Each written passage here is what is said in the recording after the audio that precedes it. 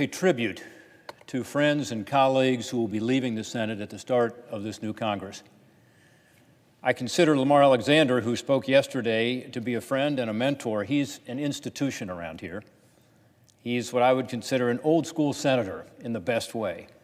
He not only takes the time to learn the issues, but he also understands how to explain the importance of the policies that we work on up here to the people back home. By embodying the principles of collegiality and bipartisanship, he's accomplished a lot for the people of Tennessee and all Americans. In the Senate, you need 59 other senators to say that's a good idea and to get anything accomplished. And it's critical then to get to know your colleagues, learn about how to work with them constructively to get things done. Lamar Alexander is masterful at that. We've accomplished a lot under his leadership on a lot of important issues. In the interest of time, I'm just going to mention two recent examples where I worked with Lamar and watched him make a difference in the lives of all Americans. First, his 21st Century Cures Act that passed back in 2016. It provided needed authorization for investments in the National Institutes of Health and other research institutions to help create new breakthroughs in treatments and cures for cancer, Alzheimer's, other diseases, as well as advancements in developing medical treatments tailored to each person's individual genome. It was groundbreaking work, but it probably got less noticed, but also authorized an unprecedented amount of funding in the state opioid response grants to combat opioid epidemics that have hit almost all of our states. Certainly it's hit Ohio and Tennessee hard. This has served as an absolute essential complement to what's called the Comprehensive Addiction and Recovery Act, which we had passed earlier that year. Without the 21st Century Cures Act, we would not have made the progress we've achieved in the past few years in turning the tide in this deadly disease, and I've seen it firsthand in my state and around the country. We also could not have accomplished the landmark Restore Our Parks Act without his help. This bill, now law, will help rebuild our national park infrastructure by helping address that backlog, $12 billion now, in maintenance projects. Over 100,000 jobs will be created in the next 5 years through this legislation. Lamar didn't care about getting the credit for this historic bill, by the way, probably the most important bill for conserving lands in 50 years. He just wanted to get it done. And I saw that as he worked tirelessly, both in public and behind the scenes, to ensure we got across the finish line.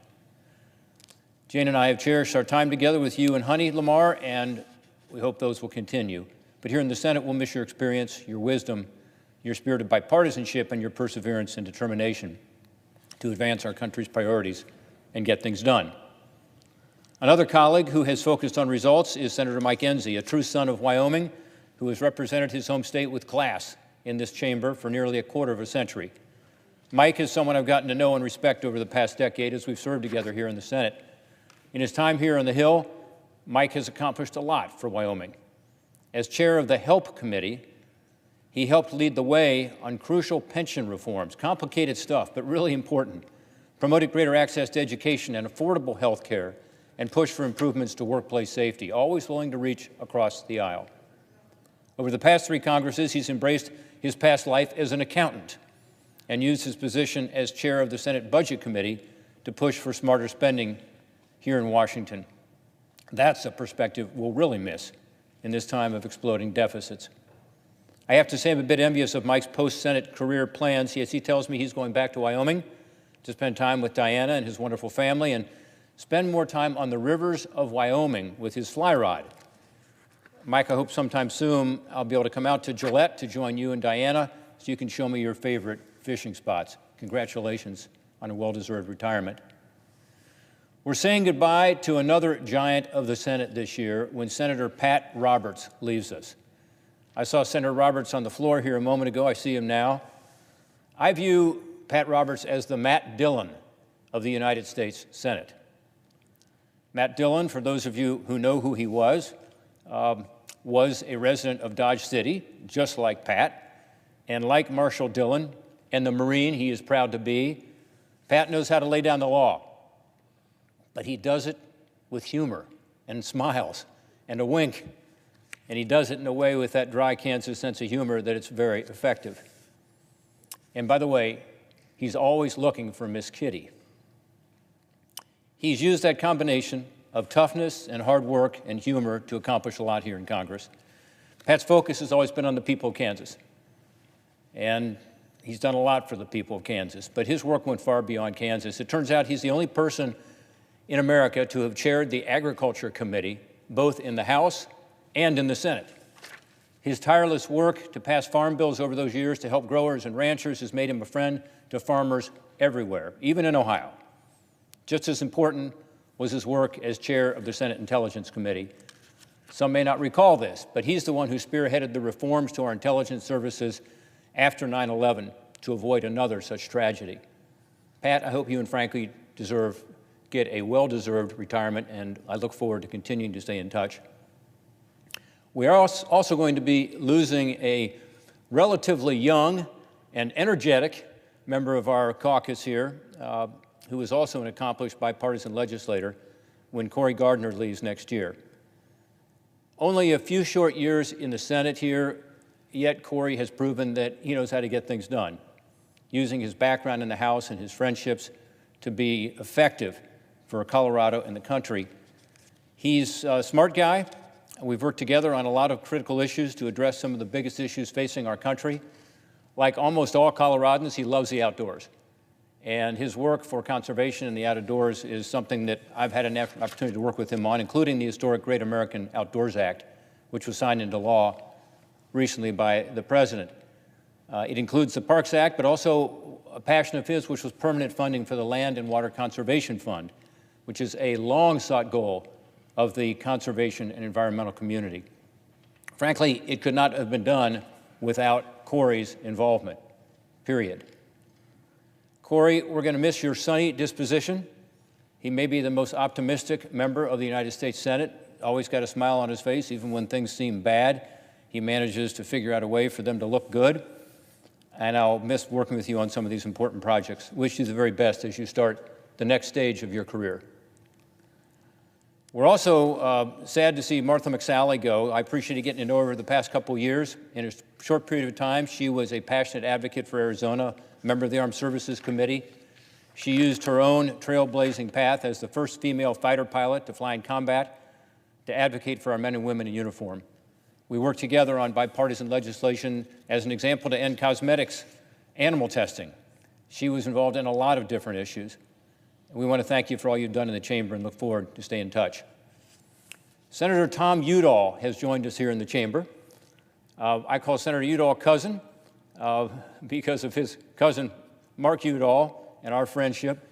But Tom Udall has now served for 12 years in the United States Senate for the people of New Mexico. I've gotten to know him over that time through our work together on a number of different legislative projects, most around conservation and the environment. We've had a lot of success in that regard. We have been co-chairs of what's called the International Conservation Caucus together.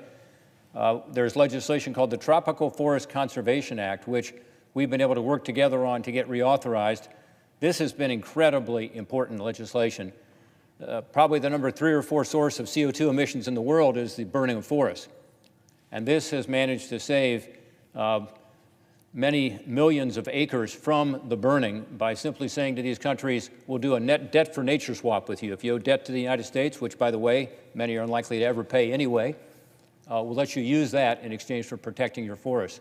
And it has been remarkably successful at a time when we seem to have a lot of partisanship and fights around here about global warming and climate change. This is one area where we've been able to find common ground, and that's because Tom has been willing to step up and be a great partner in that. He's also helped me pass legislation that requires that the U.S. Postal Service use its inventory of the Saving Vanishing Species stamps to help protect the rich wildlife and natural resources that we have and protect endangered species. This results in $5-6 million a year going for that effort, and unfortunately, we've had to convince the Postal Service to continue allowing that great source of funding to be there for our vanishing species. But again, Tom has been very helpful in that. Even in these past months, we haven't stopped on our work on environmental issues. Earlier this year, we introduced the Bipartisan Replant Act to help the U.S. Forest Service address the growing reforestation backlog across our country. This is supported by the Trump administration. It's also supported by Tom Udall. And therefore, we're hoping it can get done. He leaves the Senate with a legacy of tirelessly working to protect the natural beauty of his state and our country for future generations, and we wish him well in the future as he and Jill continue to work on those issues together. Finally, our colleague Doug Jones is going to be departing after serving the people of Alabama for the past couple of years. I've gotten to know Doug through our bipartisan efforts, focusing on standing up to unfair trade practices. Our Trade Security Act to reform Section 232, I think, is the right approach to be sure we hold those accountable who are violating our trade laws, but also do it in a way that protects American jobs and strengthens our U.S. economy. I will miss Doug as a bipartisan partner in that effort, and I appreciate him working with us on those trade issues and other things. The Senate is a body really driven by personal relationships between 100 members. Senators Alexander, Enzi, Roberts, Gardner, McSally, Udall, and Jones have been key and valuable members of that 100-person group. And we're going to miss them. They've all served this body well as legislators and as people. They are high character. They are the kind of folks that you want to work with, and they have been effective because of that. They will be missed, and I wish them all well. Yield back my time.